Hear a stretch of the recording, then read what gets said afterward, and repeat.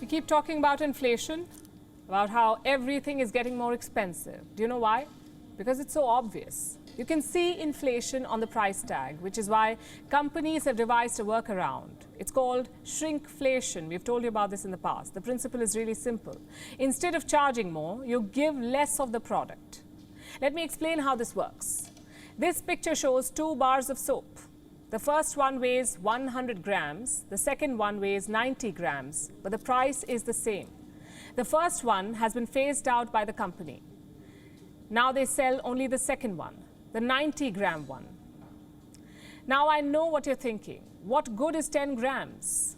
What could the company possibly save? Well, that's where scale comes in. Companies sell millions of units every year. Imagine cutting 10 grams of millions of bars of soap. It would add up to a lot of savings. Every company practices shrinkflation, one way or the other. But now consumers are noticing it. They're calling out such companies. Take a look at one such customer. These 2 granola bars are the exact same product. Do you see the difference? This bar was bought 1 week ago and has 26 grams. It is usually around $1.50 on sale or $1.90 normally. This bar was bought today. It has 24 grams and was well over $2. What it does have is more air. We are now paying more money for less product.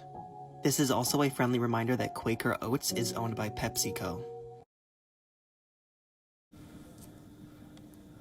Let me recap that for you. The old bar weighed around 26 grams. It cost $1.9. The new one weighs only 24 grams. It costs more than $2. That is shrinkflation. You're either paying the same or more for lesser quantity. But why do companies do it? Because they too are facing inflation. The cost of raw material is going up. The cost of electricity is going up. So are wages and salaries. So companies try to cut corners. They try to squeeze more money from the same output. That's where shrinkflation comes in. Technically, there's nothing illegal about it. The packets still mention the weight. They also display the price of the commodity. So everything is by the book. Having said that, you still feel cheated, especially during an economic slump. In normal times, you see, most people, in fact, don't notice shrinkflation. There are 2 reasons for that. Number 1 is clever packaging. Let me show you 2 bottles of Gatorade. Which one looks bigger? The one on the right certainly looks taller. So the assumption is you get more Gatorade. Well, wrong. The one on the right is the new one. It has around 4 ounces less. Now, we usually dismiss such changes as marketing campaigns. But in reality, it is shrinkflation. The second reason is our shopping habits. All of us check out the price tag. But how many of us check out the quantity or weight? Very few.